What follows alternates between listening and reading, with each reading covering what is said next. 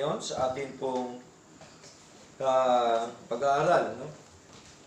Dahil mga salita ng ating Panginoong Diyos na buhay. At nais ko pong tayo po ay focus lamang po sa atin pong pakikinig, no? Ng mga salita po ng Diyos. At huwag natin hayaan na ang salita po ng Diyos ay maagaw, no? Ng anumang mga kaisipan, no? Sa ating pakikinig. At ito po dapat ay ating pong pahalagahan sa ating buhay na ito. Sapagkat ang salita po ng Diyos ay hindi lamang po siya mahalaga, kundi ito din po ay importante. Pares lang po, no?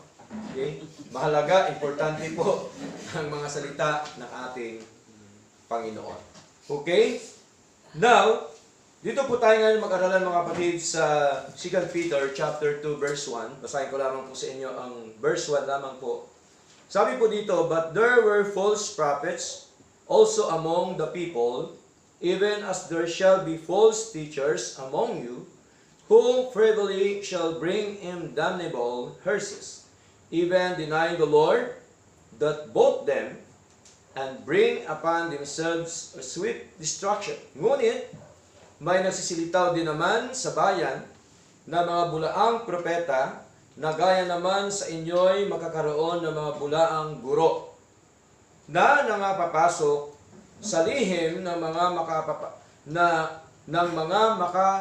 makakapahamak na mga hiduwang pananampalataya, na itinatwa pati ang Panginoon na bumili sa kanila, na mga tataglay sa kanilang sarili ng madaling pagkapahamak.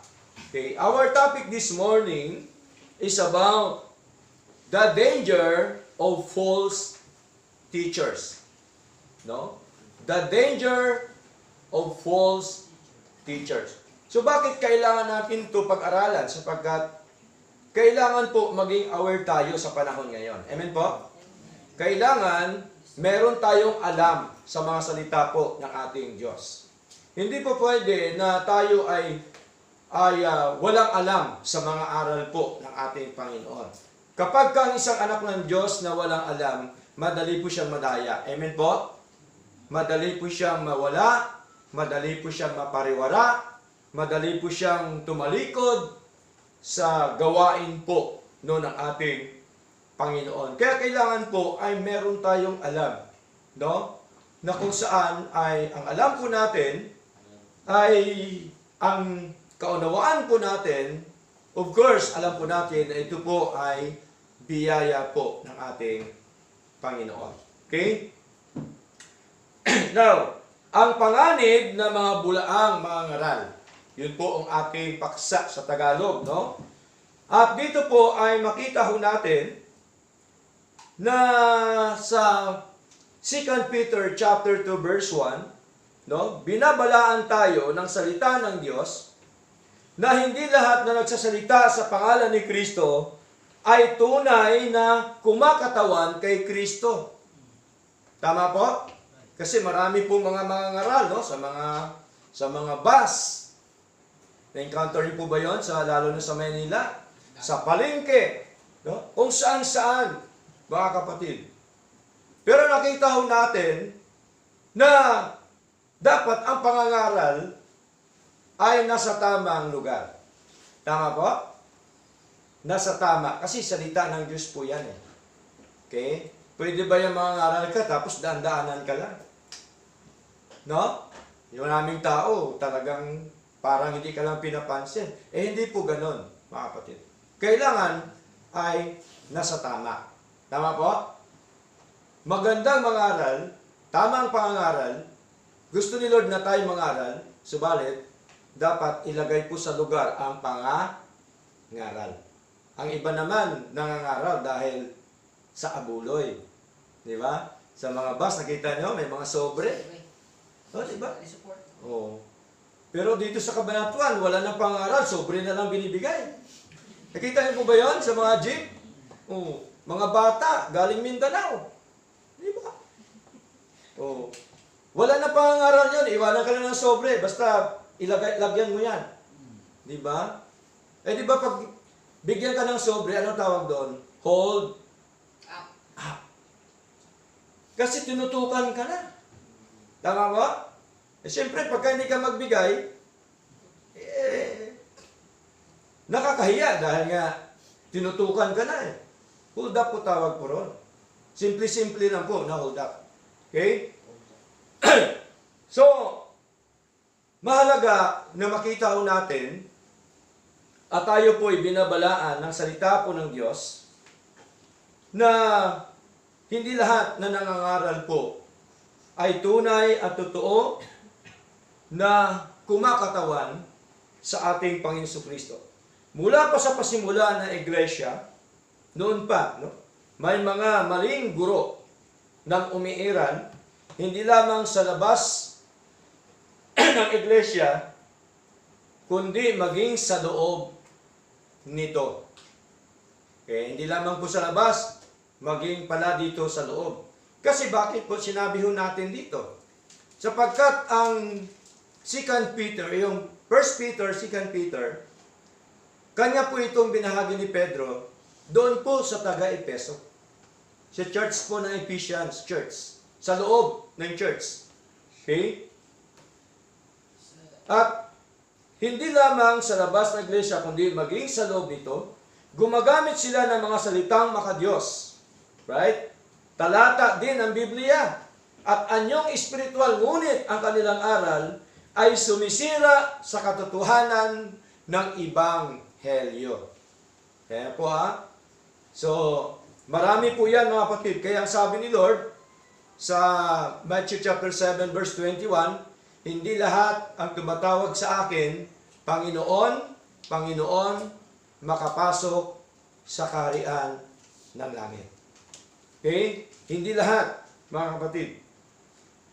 So, ano pa pong sabi dito, mga kapatid? Ngunit ang kanilang aral ay sumisira sa katotohanan ng Ebanghelyo, ang panganib ng mga maling guro o bulaang guro ay hindi lamang sa maling asal, kundi higit sa lahat sa maling doktrina. So, dapat makita ho natin yun mga kapatid, yung doktrina ng Diyos. Ano ba talaga ang doktrina po? Ang totoo, ang tunay na doktrina ng ating Panginoon. Binabaluktot nila ang biyaya ng Diyos.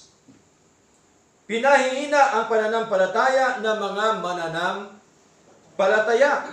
At inilalayo ang mga kaluluwa sa kasimplihan ng katotohanan na nakay Kristo. So yun po ang pakay ng tinatawag po na false teachers. Kaya nga po, ang paksa natin ay malinaw po, mga kapatid, na kung saan po ay the danger of false teachers. Now, meron pong ilang bagay na nais ko pong ipabatid po sa inyo para makilala talaga natin kung sino yan ang false teachers na mga yan. Okay? Gusto niyo na bang makilala sila? Hindi ba? Dapat alam natin. Dapat kilala natin sila. Hindi po ba? Kasi anak ka ng Diyos eh. Pagka anak ka ng Diyos, dapat kilala mo. Alam mo yung dala-dala niyang aral. Alam mo yung kanyang pakay, alam mo yung dapat meron kang discernment spirit. Tama? Nadi-discern mo dapat. O discerning spirit. Okay? So, number 1, the reality of false teachers. Ano ba talaga ang tunay o realidad ng isang bulaang guro? Ano po ba talaga ang kanyang lifestyle o ang kanyang buhay? No? A false teacher is a person who claims to speak for God but teaches doctrine that is contrary to Scripture, distorts the gospel, and leads people away from Christ's truth. Yun po yun. Siya po ay nagkukunwari din po siya na siya ay sa Diyos. Binabanggit din po niya yung pangalan ng Diyos. Subalit pagkaugatin mo, titingnan mo ang dala-dala niyang doktrina ay kontra sa doktrina ng ating Panginoon. Just for example, no? Marami po tayo na encounter mga kapatid. Huwag na tayo magbanggit ng reliyon. Tama? Pero banggitin natin ang kanilang doktrina. Of course. No? May mga reliyon na ang paniniwala po nila, si Kristo daw nagutom, si Kristo na uhaw, si Kristo na tulog. Aba, sa kanila ibig sabihin si Kristo ay hindi Diyos. Ang tanong, meron ba sa Biblia na si Kristo ay hindi Diyos?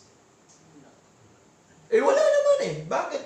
Mag-conclusion ka na si Kristo ay hindi Diyos. Di ba? So, maling doktrina po yan. Tandaan po natin, si Kristo ay Diyos. Amen po? Si Kristo 100% na God at si Kristo na 100% na tao sapagkat siya ay nagkatawang tao. Yun po ang tamang aral. O di ba, ang dami-dami dumadalo, pero mali ang aral. O di ba?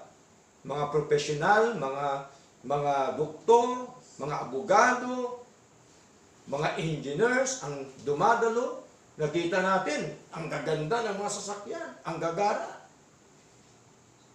O. Kaya ang tunay at totoong Kristiyano, ang tunay at totoong mananampalataya po ni Lord, hindi yan niya dapat ipagpalit ang katotohanan sa mga bagay na yon. Tama po? Hindi dapat ipagpalit. Bakit? Ang aral po ng Diyos, tandaan po natin, higit pa po yan sa ginto at pilak. Amen po? Bakit? Sapagkat ang pinag-uusapan natin yung ating kaluluwa. Amen po? Yung nakataya po sa buhay po natin, yung ating kaluluwa. At ang paglilingkod po sa Lord, hindi po biro-biro. Tama? Na sa isip na natin, papunta ako, tapos sa sunod. Hindi, tapos, parang wala lang. Hindi o, ganun. Ang paglilingkod po ay hindi biro. Nakita po yan ni Lord. Alam po yan ni Lord, mga kapatid. Kaya ito po ang realidad. No? Ang tunay na pag-iral, ibig sabihin, ng bulaang guro, mga minamahal. So sa lumang tipan, meron na rin pong mga bulaang propeta during that time. Sa panahon nila ni Moises, sa panahon ng mga Israelita during that time, meron na po. Basahin po natin ang Jeremiah chapter 14, verse 14, no? Jeremiah chapter 14, verse 14, sabi po dito ni Lord kay Jeremiah, "Then the Lord said unto me, the prophets prophecy lies in my name." Tingnan niyo po mga kapatid, no? Yung mga propeta daw ay nagpapahayag ng mga kasinungalingan, no, sa kanyang pangalan. "I sent them not." Hindi ko sila sinugo.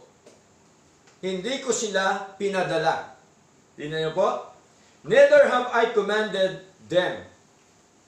Hindi ko sila inutusan. "Neither speak unto them.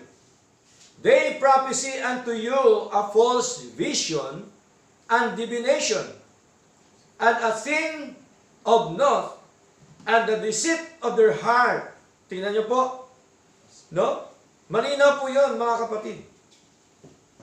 Nang magkagaya, sinabi ng Panginoon sa akin, na nag-usap po ang Panginoon sa si Jeremiah, ang mga propeta ay nangangula ng kasinungalingan sa aking pangalan. Sabi po ni Lord, hindi ko sila sinugo, o inutusan ko man sila, o nagsalita man ako sa kanila. Sila ay nangangula sa iyo ng sinungaling, na pangitain, at ng panghuhula, at ng bagay na wala, at ng daya ng kanilang sariling puso.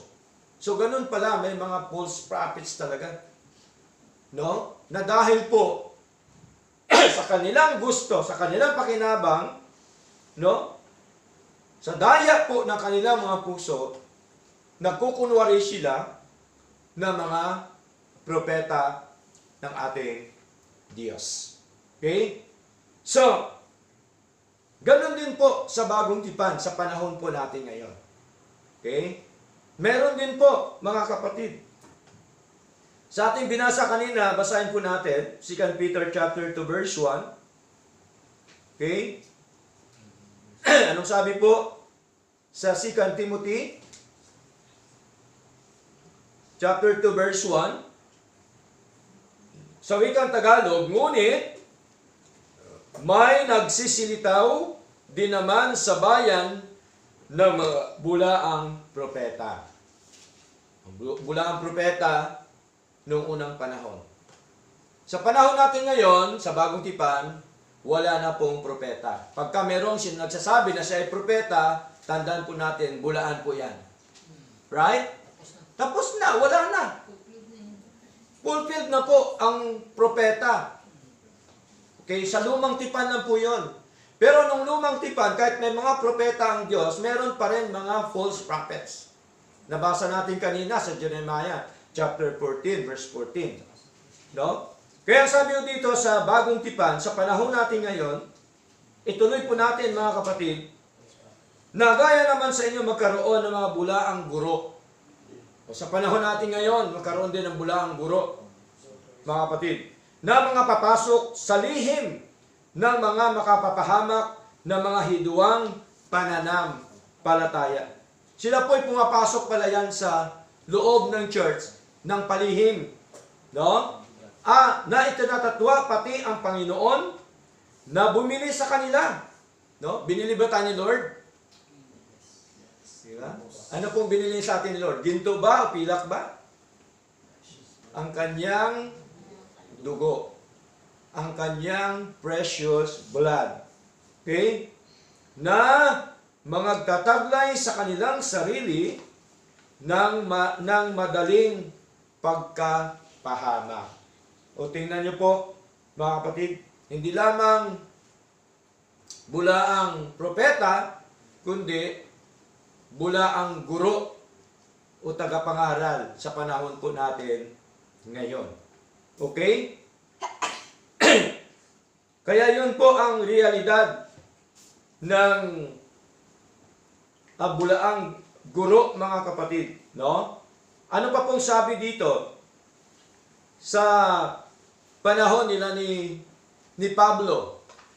Sa Acts chapter 20, verse 29, sabi po dito ni Pablo, "For I know this, that after my departing, shall grievous wolves enter in among you, not sparing the flock." Aking talastas na pag-alis ko ay magsisipasok sa inyo ang mga ganid na lobo na hindi magpapatawad sa kawan.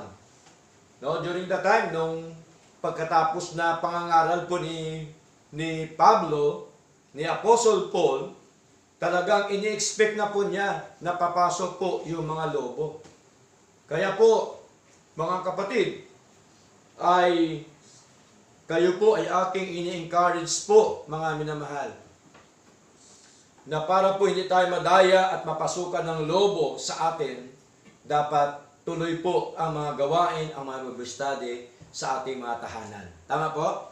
Sapagkat tandaan po natin, once na wala na po yon, may tendency po na papasukan tayo ng mga lobo.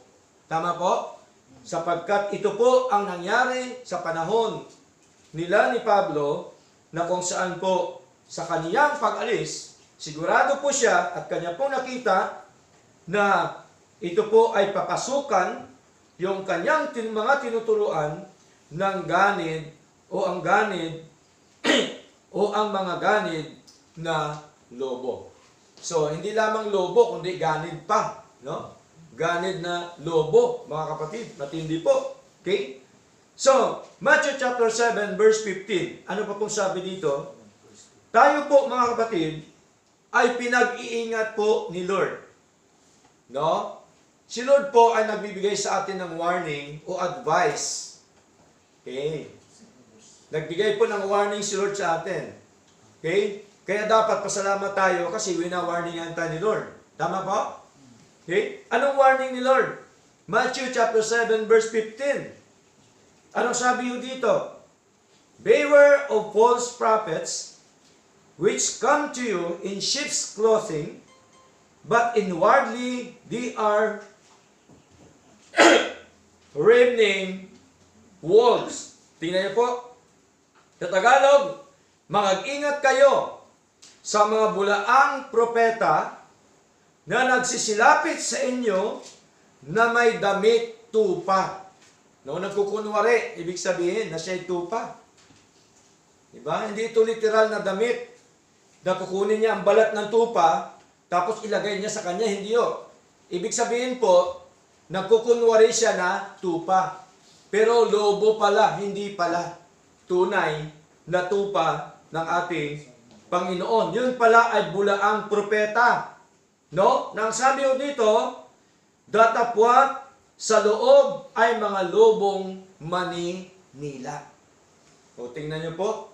O, malinaw po mga kapatid, na meron talagang sa loob ng church, tandaan po natin, mag-ingat po tayo, sapagkat marami po, sabi po ni Lord, na magkaroon sila ng damit tupa, datapwat sa loob ng mga lobong maninila. Ibig sabihin, yung motibo ho niya, yung kanyang puso, para tayo dayain.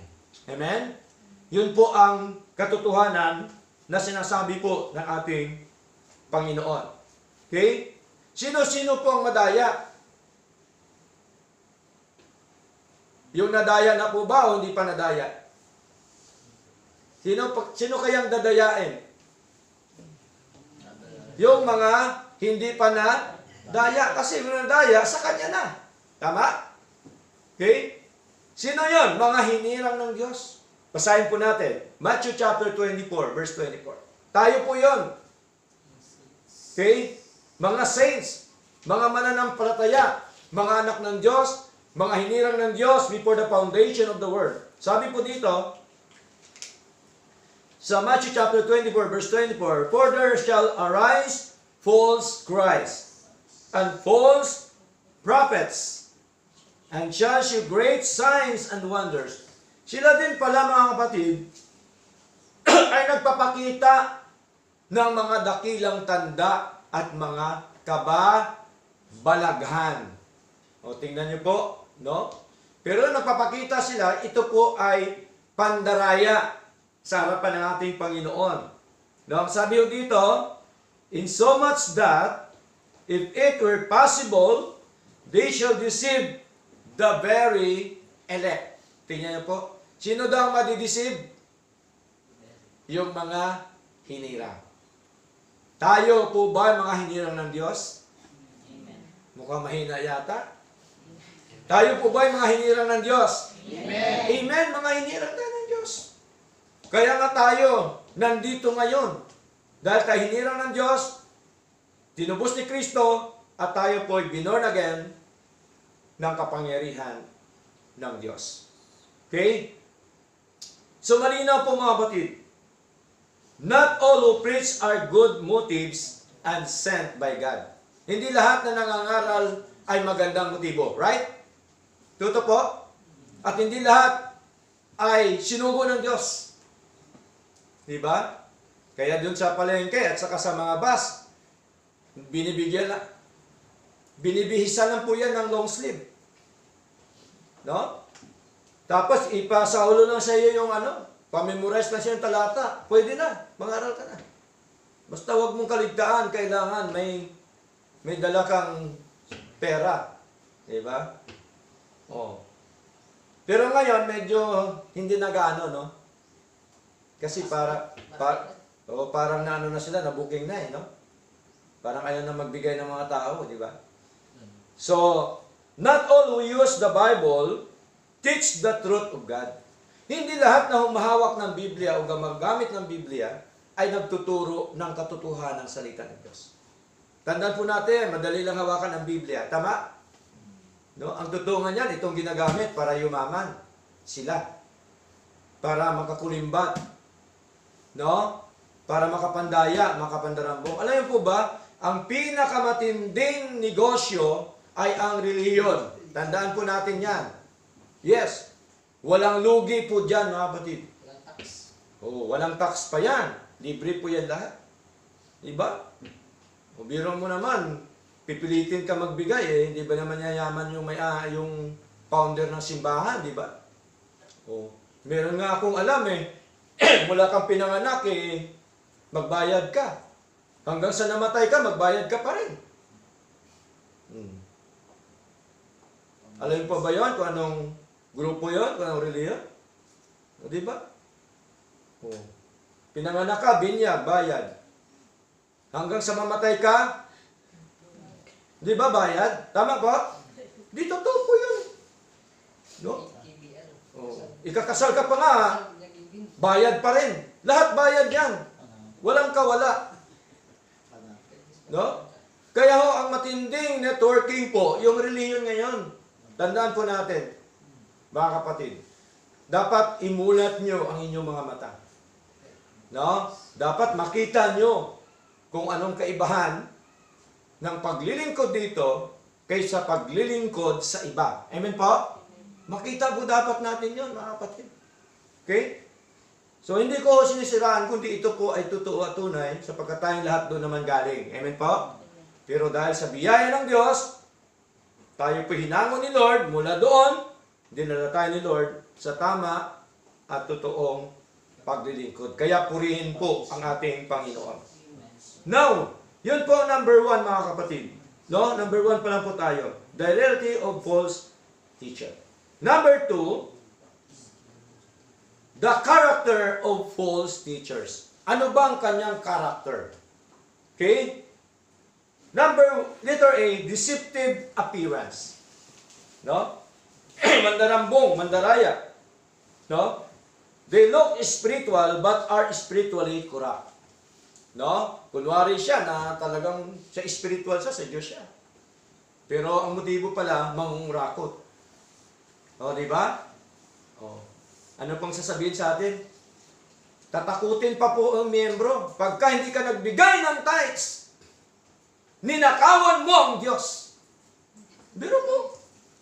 Wala namang talakta, ninakawan mo ang Diyos. O, di ba? Kaya obligado ka. Bukod pa po yun ng tithes, meron pa po yung mga extra love offering. O di ba? Kaya mag-ingat po tayo, mga kapatid. Tingnan natin, alamin natin yung kanila mga galaw. Dapat magiging wise tayo bilang anak po ng Diyos. Sapagkat sila ay nagdadamit ng tupa, na parang tupa, pero sila pala ay mga lubong maninila. Letter B, self-centered motivation, not Christ-centered motivation. Yun po yung kanilang character, mga kapatid. Yung gusto lang nila, sila ang mapuri, sila ang makilala sa kanilang grupo. Hindi po si Kristo ang sentro. Marami po yan, di ba? Kaya nga, maraming pastor pag nag-uusap, ay, ang aking miyembro, 1,000 na. Di ba? Oh. Yung pastor po ba may sariling miyembro? Di ba wala? Kasi kung ang pastor may sariling miyembro, di siya din nagtayo ng church niya. Tama? Oh, sino ba nagtayo ng church? Si Lord, di ba? Oh, sa loob, ang miyembro, tayong lahat. Kasama ang pastor. Amen? Yun pong totoong aral. Nagyayabangan pa minsan. Di ba? Ako, binilan ako ng miyembro ko. ng kotse. Ng pick-up. Di ba? May nakausap ako noon nung ako'y nagpa-change oil doon sa Shell, sa Cabanatuan. Sa crossing po. Ano po yung kanyang dinadaluhan? Born again po siya. Binibida po sa akin, dahil nagkakilala kami, nag-uusap kami, nagpakilala akong pastor, siya din, pastor. Siya din ay assistant pastor. No, ganun kasi sa kanila, may assistant pa. No? Oo. Sabi niya, Pastor, yung pastor namin, nung isang araw, nilaguluhan ko ng pick-up. Sa isip-isip ko, wow, pick-up? Grabe, di ba? Kasi pastor, sabi niya kasi, na-touch ako eh. Na-touch ako sa pangangaral, kaya binigyan ko siya ng pick-up. Kasi nakita ko mayaman siya. Ha? Mayaman siya. Na-touch daw siya. Ibig sabihin, tinira yung kanyang emosyon. Diba? Emotion po yan. Okay? So, ganun po ang mga ginagawa nila, yung self-centered motivation. Minumotivate nila yung mga miyembro. No? Na minumotivate nila sa kanilang sariling kaalaman, hindi naman doon talaga sa mga salita po ng ating Panginoon. Acts chapter 20, verse 29 up to verse 30. Sabi po dito, "For I know this, that after my departing, shall grievous wolves enter in among you, not sparing the flock." No? Next, ano sabi? "Also of your own selves shall men arise, speaking perverse things, to draw away disciples after them. At magsisilitaw sa mga kasamahan din ninyo ang mga taong magsasalita ng mga bagay na masama upang magdala ng mga alagad sa kanilang hulihan." So malinaw po yan mga kapatid, no? Self-centered motivation. Pangatlo, letter C, smooth speech. Smooth speech. No? Ibig sabihin, ano po yung smooth? Po? Banayan. Napakaganda yung kanyang pananalita. No? Malumanay. No? Pati yung pagkilos, parang hindi madapuan ng langaw. Diba? Tapos nakasuot ng napakagandang Amerikana o di kaya sutana. O, di ba puro na? Amerikana, sutana. So, smooth speech, mga kapatid, malumanay na pagsalita. They use pleasing words instead of biblical truth. Tingnan niyo po, di ba? Kaya ang ipapangaral niyan, puro yan buhay ng politiko, di ba? Buhay ng tao, buhay ng mayayaman, buhay niya, puro patotoo yan, para maengganyo ka, di ba? Parang ano din po yan, business, no? Na-amaze ka. Naku, nung pumasok ako dyan, left and right, kumita ako ng malaki. Di ba? Ganun po, mga kapatid. Sila, yung mga nasa reliyon. Napakagagaling nila magsalita. Basahin po natin, mga kapatid. Romans chapter 16. Verse 17 up to verse 18. Sabi po dito sa wikang Tagalog, "Ngayon ipinamamani ko sa inyo, mga kapatid, natanda ninyo yung mga pinanggagalingan ng pagkakababahagi at ng mga katitisuran laban sa mga aral na inyong napag-aralan at kayo'y magsilayo sa kanila." Verse 18, mga kapatid. "Sapagkat ang mga gayon ay hindi nagsipaglingkod sa Kristong Panginoon, kundi sa kanilang sariling tiyan." Saan sila naglilingkod? Sa kanilang sariling tiyan. Tingnan niyo po. Ibig sabihin, sa sariling kapaki-nabangan. at sa pamamagitan ng kanilang mabubuting pananalita, at maiinam na mga talumpati ay dinadaya ang mga puso ng mga walang malay. Kaya dapat tayo magkamalay ng salita ng Diyos. Amen po? Kasi dinadaya ho nila ang mga puso ng walang malay, ng walang alam. Ibig sabihin, sa mga aral po ng ating Panginoon. Okay? Kaya po sila nag-aaral 4 years. Nag-aral sila 10 years. Kasi pinag-aralan talaga nila yan. Bawat salita yan, mga kapatid. Bawat kilos, pag sa harap na. Okay? Pinag-aralan po nila lahat yun. Di ba? Meron mga seminaryo, 4 years, 6 years, tama po? Meron pang mga 10 years, 12 years pa nga ngayon. O di ba? So mahaba na. Kasi lahat yan pinag-aralan. Lalo-lalo na pagsalita ng English, kailangan magaling ka sa English. Hindi pwedeng hindi ka magaling doon. Hindi ka totoong tagapangaral sa kanila kung hindi ka marunong mag-English, mga kapatid. Yun ang batayan nila. Okay? Pero tingnan niyo po, mga kapatid. Napakagagaling nila magsalita. Magaling po sila magtalumpati. Subalit, dinadaya nila ang mga puso na walang malay. Okay? Yung mga tao na walang alam sa mga salita ng ating Panginoon. Yun po ang kanilang karakter. Okay? Yun po number 2. Mga kapatid. Number 3. The methods of false teachers. Ang pamamaraan ng bulaang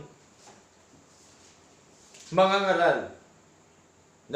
Letter A, makita ho natin, scripture twisting. Binabaliktad nila ang salita ng Diyos.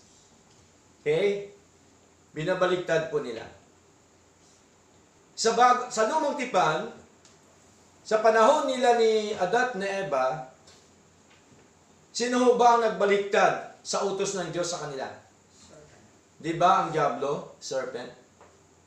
Di ba? Sabi ni Lord sa kay Adan, kay Eva, pwede niyong kainin ang lahat ng mga bunga sa loob ng halamanan, ngunit may isang punong kahoy na may bunga na huwag ninyong kakainin. Sapagkat kapag kinain niyo ito, mamamatay kayo. O tingnan niyo po, nung tinent sila ng diablo, ng serpent, ano sabi ng diablo? Hindi totoo yan. Nga? Ang totoo niyan, kainin nyo para kayong magiging parang Diyos. At alam ninyo ang mabuti at masama. Di ba tinwist niya? Tama po? Hindi totoo yan. Ganun po karamihan ngayon. Pagka ipangaral mong katotohanan, hindi totoo yan. Ganun lang yung simbahan nila, napakaliit yan, maniniwala ka ba dyan? O di ba? Mas paniniwalaan tayo dahil malalaki tayo. Kung hindi tayo totoo, darating kaya tayo sa ganitong malaki? Di ba? Di ba hindi nila alam ang church ni Lord? Little flock. Totoo po ba yun? Amen.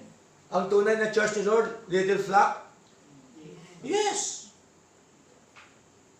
Kaya nga, may kanta tayo. Fear not, little flock. Fear not, fear not. Di ba? Huwag daw tayo matakot na little flock. Kasi tayong totoo eh. Amen po? Amen. Nasa katotohanan tayong aral po ng ating Panginoon. Kaya malinaw po mga kapatid. Okay? Ano pa po, mga minamahal? Misusing Bible verses to support false doctrine. Okay?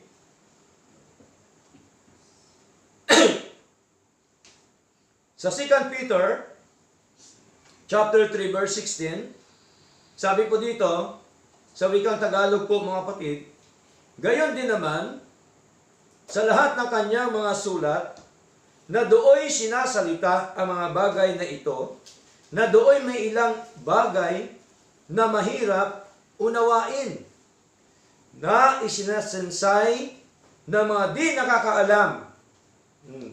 Kasi ang salita po ng Diyos, tandaan po natin, mga kapatid, mystery po. Mystery ang salita po ng Diyos.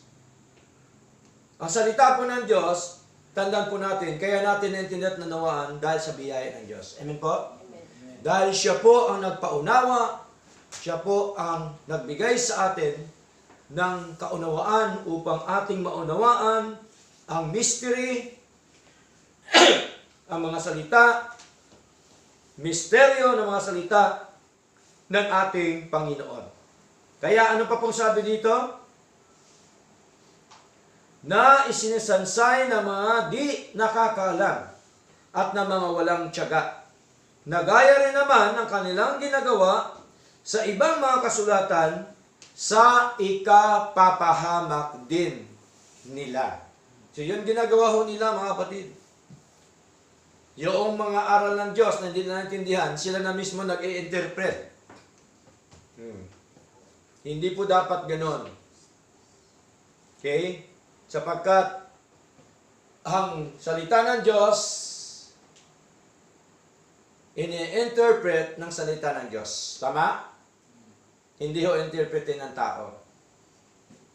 Okay? Kaya sabi po ni Pedro,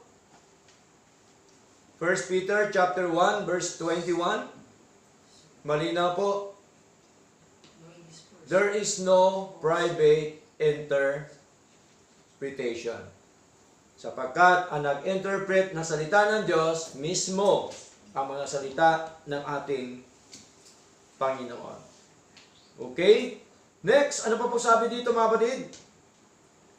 Basahin po natin, kaya nga mga minamahal, yamang nalalaman na ninyo ng una ang mga bagay na ito, ay magsipag-ingat kayo.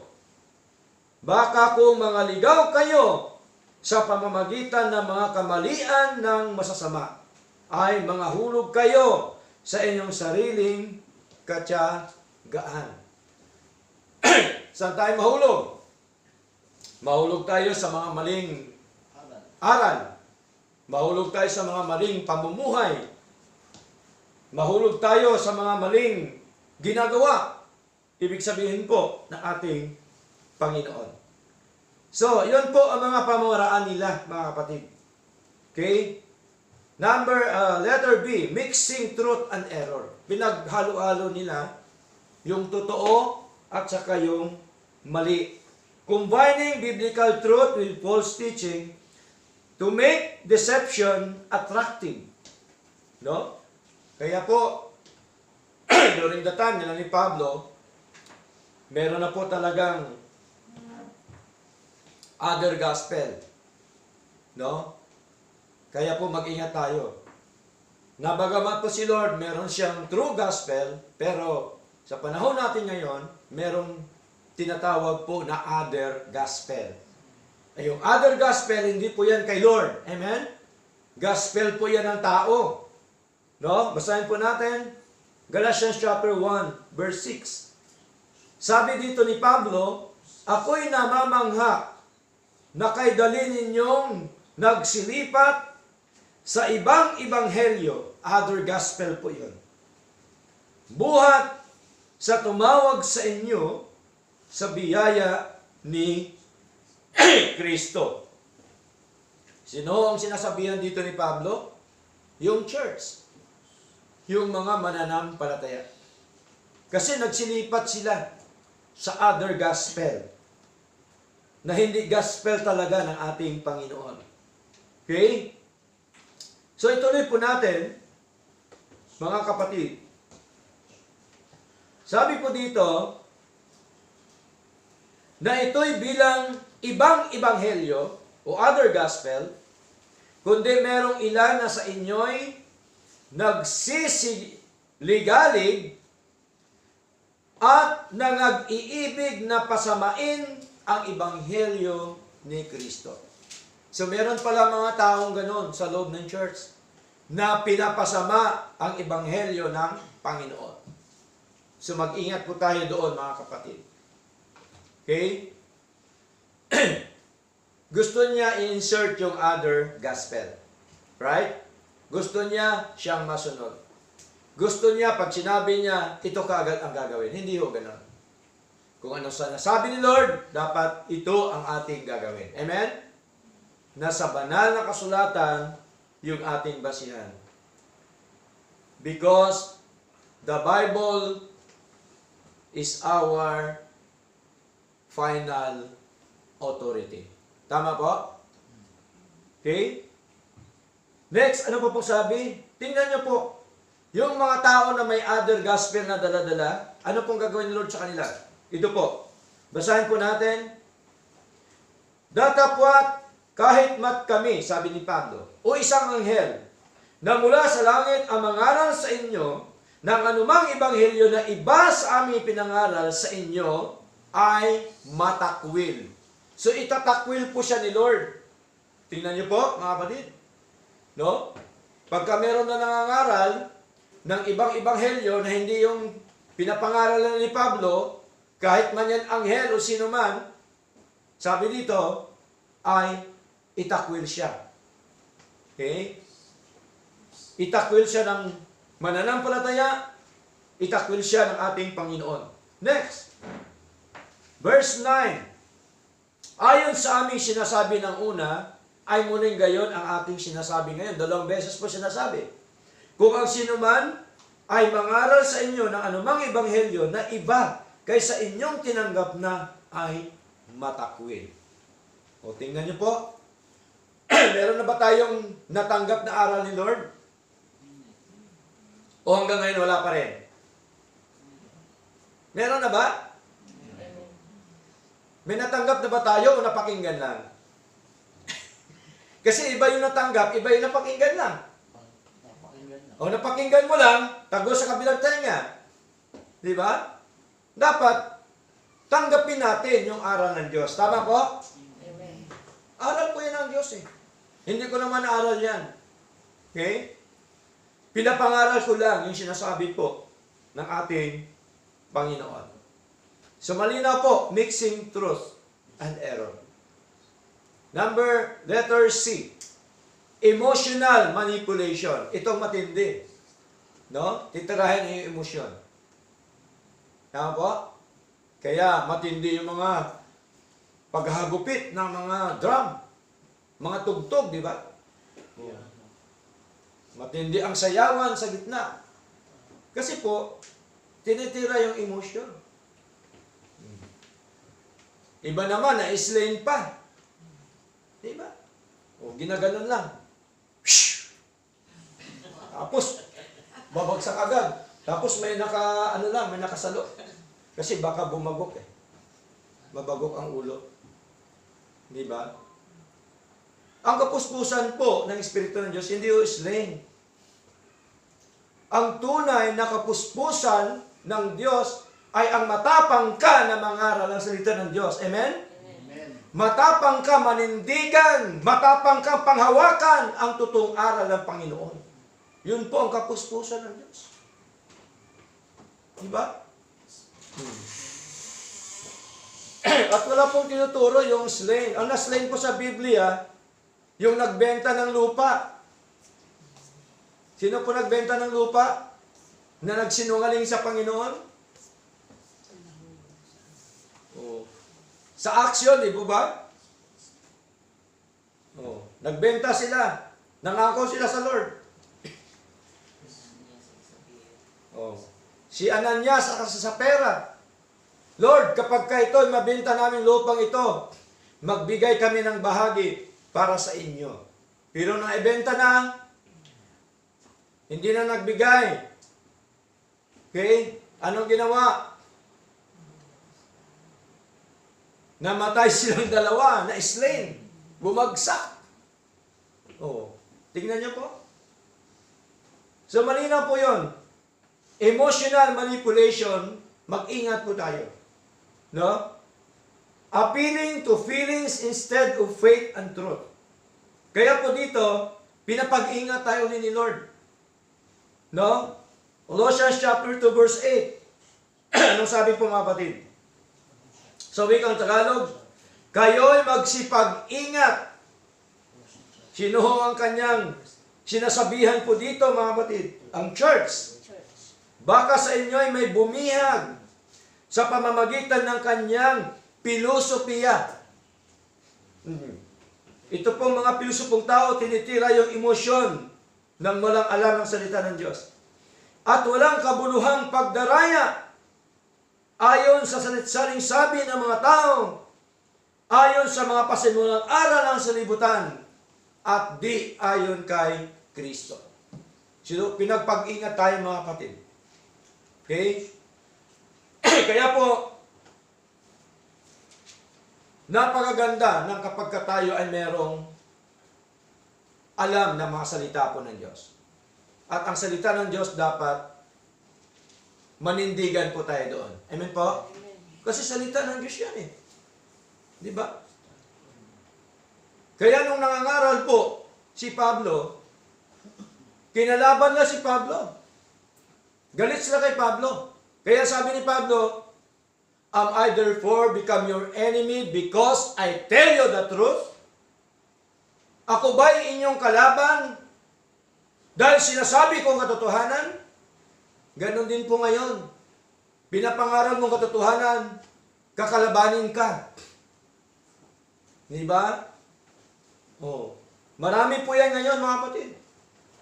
Kinakalaban ang aral ng Diyos. Pero dapat hindi. Sapagkat, mga minamahal, yun po ay aral na po yan ng ating Panginoon. Pilosopya, mag-ingat daw tayo sa mga pilosopong tao at mga walang kabuluhang pagdaraya ayon sa salit-sabis ng mga tao. No? Ibig sabihin, salit-sabi ng tao, ito po yung aral ng tao, yung other gospel. Ayon sa mga pasimulang aral ng salibutan at di ayon kay Kristo. Emotional manipulation. Letter D, greed and gain. No? Greed and gain. Anong grado na po ba tayo ngayon? Hindi to grade na grade 1, grade 2, grade 3. Greed. No? Ano po ibig sabihin ng greed? Kasakiman.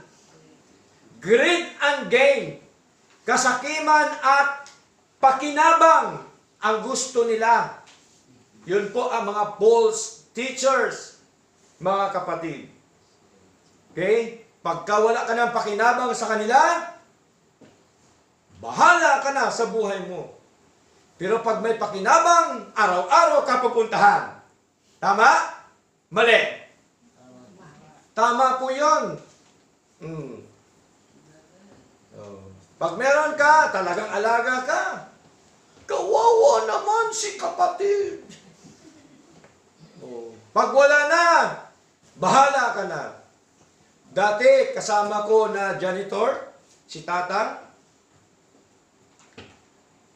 Nung sumusweldo pa siya, very active ang mga nagpa-follow up sa kanya.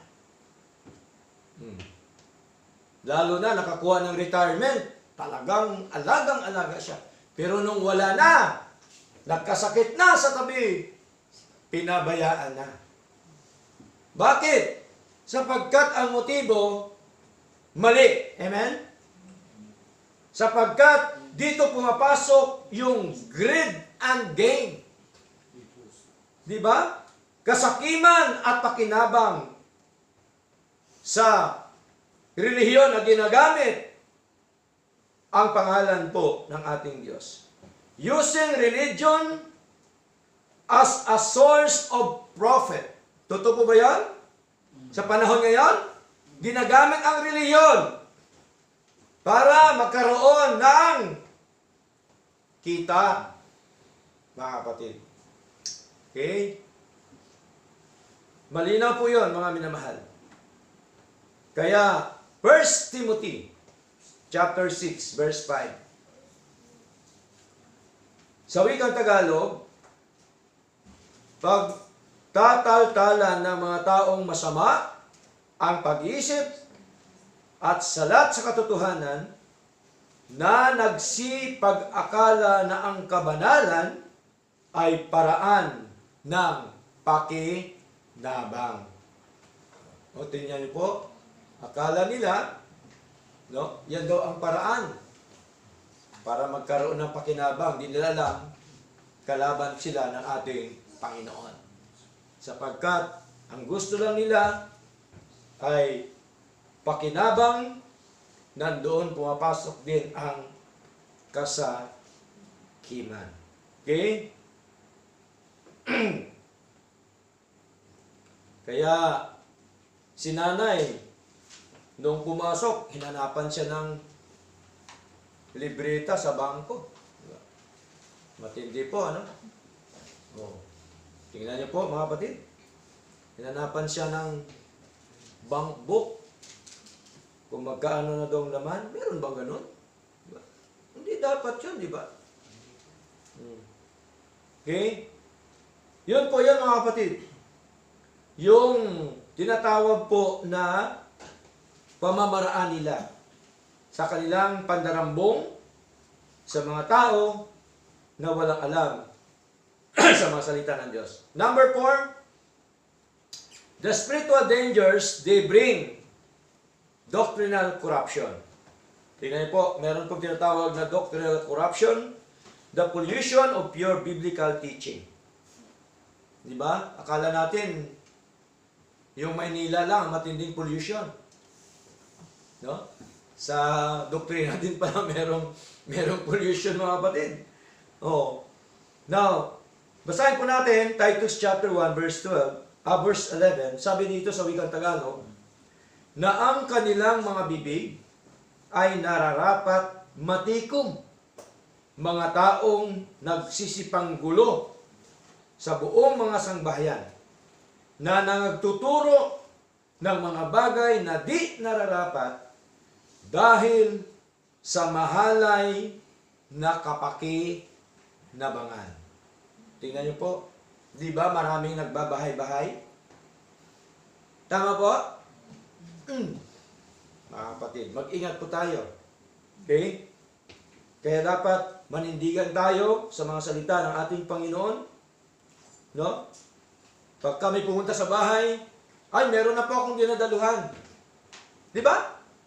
O, ba't mo pa yan, Terten? Alam mo nang mali. Okay lang kung ikaw ay matatag, pakinggan mo para ibangga mo, reconcile mo yung aral natin kaysa aral nila. Yan naman talaga ang tama. Di ba? O, pero kung ikaw nakikinig para madala ka, aba, kapatid, huwag na manindigan ka. Tama? Oh. Hindi po, may dinadalo na ako. Bakit ka pupunta sa kanila? Ano bang aral nila? Ano bang motibo nila? Dapat yun ang alamin po natin. Okay? So, ganun po yan, mga kapatid. Napakahalaga. Yung tinatawag po na doctrinal corruption. Letter B, spiritual confusion. No? Espiritong kaguluhan. No? Si Lord po, tandaan po natin, hindi po sa Diyos ng kaguluhan. Amen? Diyos po siya ng kapayapaan. No? Gusto kasi nila yan, yung mga false teachers na yan, gusto na guguluhin nila ang tupa ng Panginoon. Guluhin nila ang gawain ng Panginoon. Yun po yung pakay nila eh. No? Loss of clarity in truth and faith. No? Kaya sabi dito sa 1 Corinthians chapter 14 verse 33, sapagkat ang Diyos ay hindi Diyos ng kaguluhan, kundi ng kapayapaan, gaya sa lahat ng mga iglesia ng mga banal. Malinaw po yun. Sa church dapat merong kapayapaan. Amen?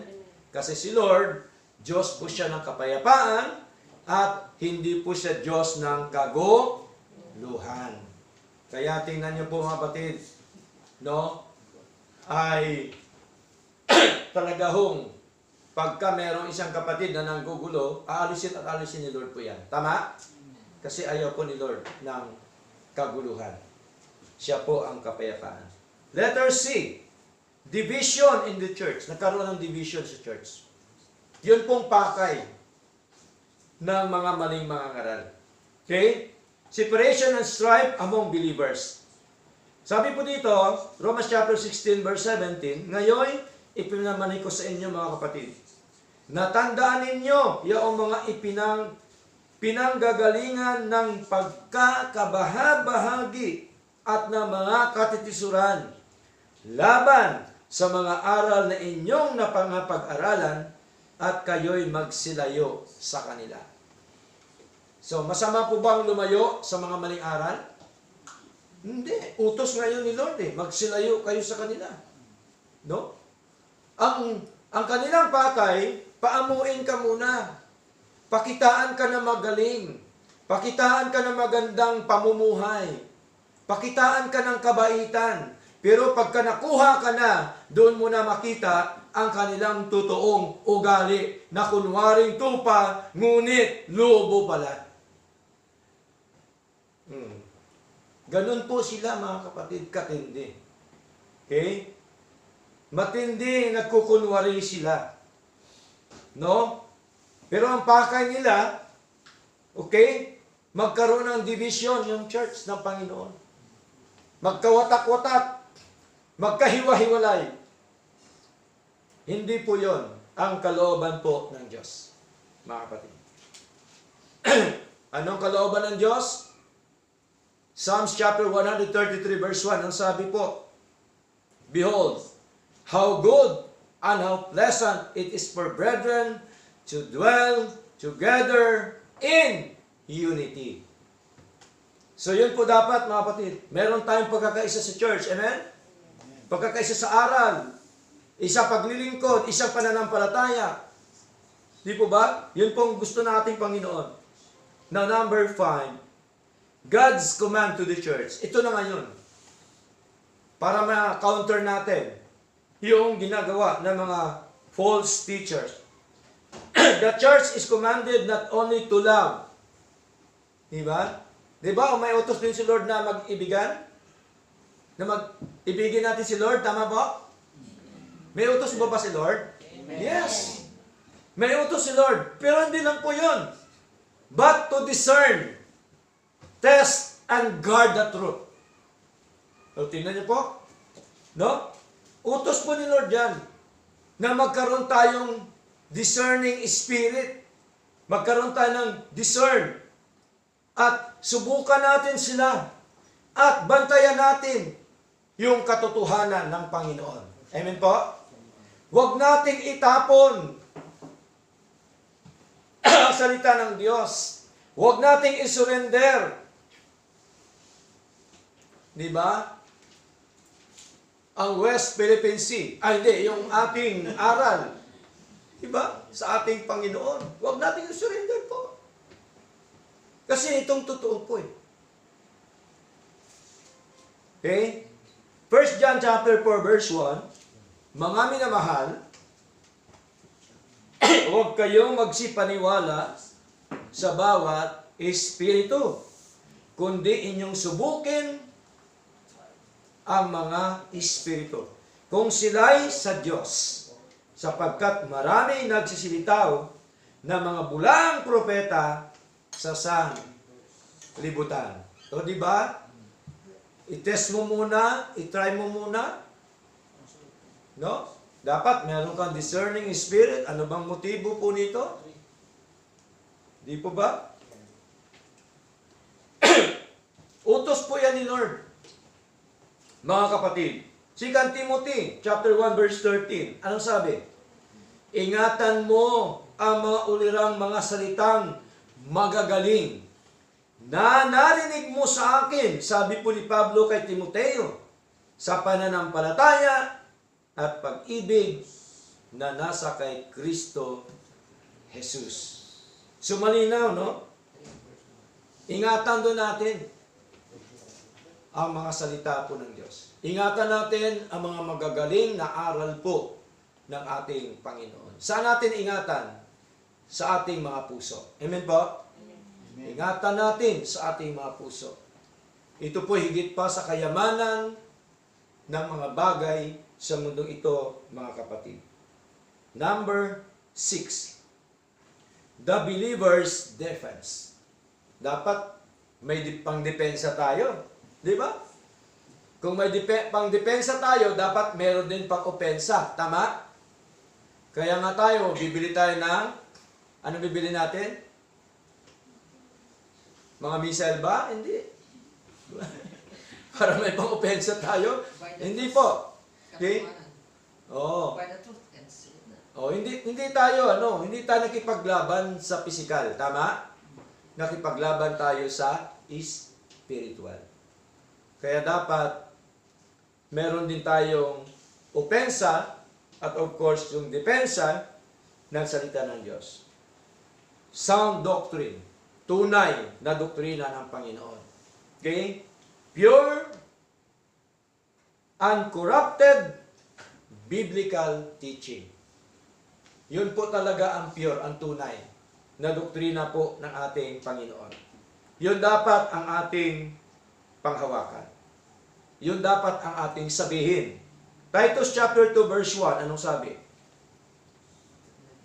But speak thou the things which become sound doctrine. Ngunit magsalita ka ng mga bagay na nauukol sa aral na magaling.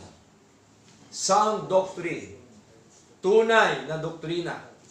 Magaling na doktrina ng ating Panginoon. Magaling po bang doktrina ng Diyos? Amen. Yes. Magaling po. Walang mali po yun. Perpektong doktrina po yan ng Panginoon. Kasi sinabi po niya yun, mga kapatid. Okay? Wala po yung sablay. Okay? Wala po yung mali. Totoo po yan, ang doktrina ng ating Panginoon. Okay? Letter B, biblical knowledge. Dapat meron tayong knowledge sa mga salita ng Diyos. Amen po? Paano tayo magkaroon ng knowledge? Magbasa. Tama? O, makinig. Ang pinapakinggan, pag-aralan kung totoo. Tama? Kasi dito, hindi po pwede makinig lang. Dapat, usisahin mo. Usisahin mong aral dito. O. Usisahin mo. Kung mali, sabihin mo si pastor. Malay mo, tama ka. Di sama-sama tayo. Tama? Oh. Tayo naman open. No? Open po tayo. Pag mali yung kaligtasang eternal, ay sabihin si pastor. Di ba ba? Oh. So, malinaw po yun mga kapatid. Biblical knowledge. Si Lord po nagbibigay ng knowledge sa atin. Tandaan po natin yan. Okay? Right understanding of God's Word. Dapat meron tayong tamang pagkaintindi ng salita po ng Diyos. Sabi po ni Pablo, kay Timoteo, 2 Timothy chapter 2 verse 15, study to show thyself, approved unto God, a workman that needeth not to be ashamed, rightly dividing the word of truth. Dapat tama yung pagdi-divide mo ng salita ng Diyos, ng katotohanan sa iyong pag-aaral. Okay? Kaya ho, mahalaga yung study. Sa loob ng church. Hindi po sa seminaryo. Diba? O si Timoteo ba? Nag-seminar ba si Timoteo? Oo. Pastor, kasi wala pa yun noon eh. Hindi po. Noong unang panahon pa, meron na po yan. Hindi mo lang alam. Okay? Tinuturuan sa loob ng church. Tama? Minumold sa loob ng church yung mga kapatiran. Hindi yung sa labas. Mga kapatid. Okay? Biblical knowledge, mahalaga. Letter C, is spiritual discernment. Ito mahalaga din. No? Dapat meron tayong discerning spirit. Alam natin, galaw pa lang niya, no? Sa salita pa lang, alam na po dapat natin kung totoo ang pinapangaral o hindi. No? Di ba? Oh. Kaya po,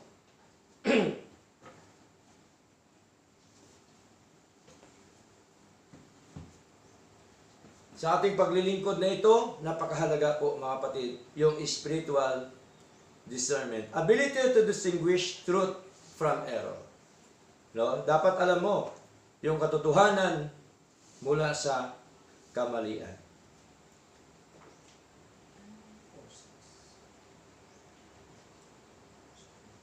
Hebrew chapter 5 verse 14, sabi dito, ngunit ang pagkaing matigas ay sa mga may gulang. Di po ba?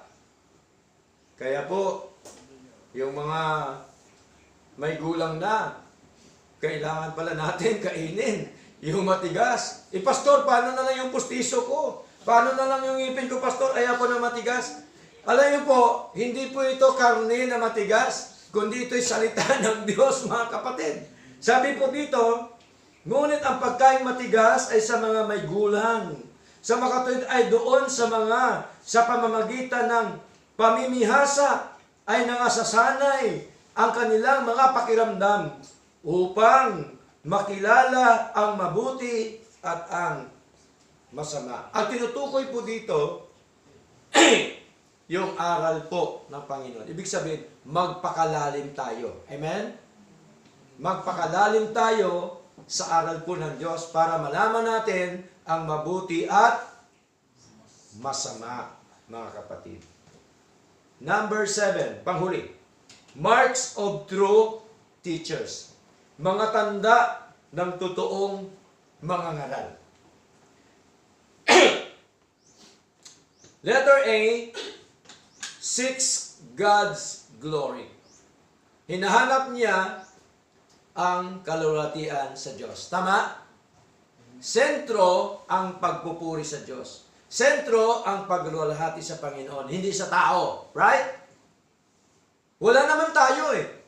Dapat ganun ang thinking natin lagi, puso natin. Ito ay ginagawa ko, Lord, para sa iyo. Amen po? Para po, Lord, sa ikaluwalhati mo ang aking ginagawa na ito.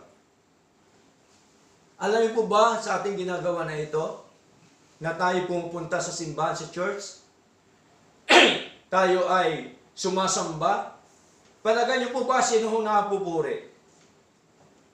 Di ba si Lord? Tama? Hindi naman tayo eh. Okay? Si Lord pong napuri. Seeks God's glory. Letter B, hold fast the faithful word. Panghawakan natin ang mga tapat na salita. Di po ba? Mga tapat na salita po ng Diyos, panghawakan natin. Hindi lamang salita ng Diyos, kundi yung mga salita na nanggagaling sa ating mga bibig. Amen po? Sapagkat, tandaan po natin mga kapatid, sa James, ang oo ay oo, ang hindi ay hindi. Diba? So, pag sinabi natin na punta tayo, umuo ka na, dapat paninindigan mo yon. Tama po? Hindi po pwedeng oo, ay hindi. Hindi pwedeng hindi, ay oo. Diba? Hindi pwede ang tama ay mali at ang mali ay tama sa harapan ng ating Panginoon. Di po ba? Manapay, sabihin natin, sige, makakapunta ako sa kalooban ng Diyos. Tama po ba ang rason? Sige, makakapunta ako sa kalooban ng Diyos. Kung di ka makapunta, ibig sabihin, hindi yan kalooban ng Diyos. Tama? O di, iwas ka. Di po ba? Ganun ang tama na pakipag-usap o pakikipag-kasundo, mga kapatid. Okay? Hindi yung baliwala ka lang. Di ba? O, maraming Kristiyano. Oo, pupunta ako dyan. Pupunta ako. Wala naman pala. Di ba? Umasa ngayon yung kausap mo. Kaya, mahalaga po, hold fast the faithful word. Of course, una, word of God at ang ating salita doon sa ating kapwa. Gentle and humble. Yun po ang mga palatandaan. Tandaan po natin. No? Na ang tunay na mga ngaral, dapat meron po siyang pagpapakumbaba. Okay? Sapagkat sabi ni Lord, ang nagpakababa, anong gagawin ni Lord? Itataas.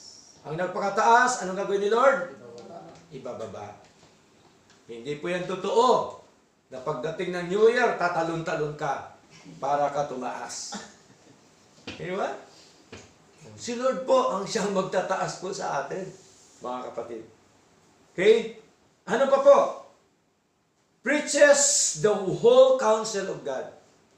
Yun talaga ang palatandaan. Pinapangaral niya, tinuturo niya ang buong counsel, no, ng ating Panginoon. Anong counsel tinatawag? Kalooban ng Diyos? Mga payo ng Diyos, tama? Pinapangaral niya. Okay? Yun po yung palatandaan, mga kapatid. Okay? Ano pa po? For I have not shunned to declare unto you all the counsel of God, sapagkat hindi ko ikinait ang pagsasaysay o pagpapayo sa inyo ng buong kapasyahan ng Diyos. Acts chapter 20, verse 27. Ngayon, dadako na tayo ngayon sa ating conclusion, mga kapatid. Okay? False teachers are more dangerous than open enemies because they operate inside the church, not outside it. No? Nag-operate pala yan sa loob ng church. Kasi ibang motibo niya. No?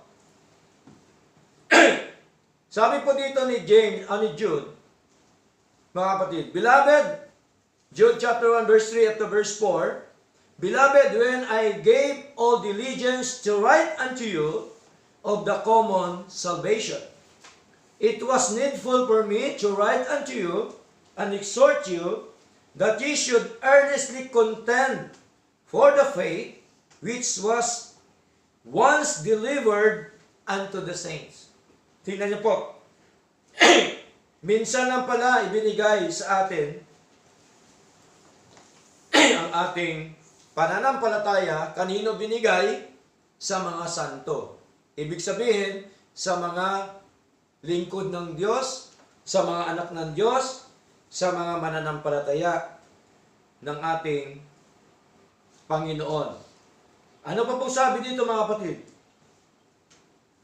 For there are certain men crept in unawares, who were before of old ordained to this condemnation, ungodly men, turning the grace of our God in lasciviousness, and denying the only Lord God and our Lord Jesus Christ.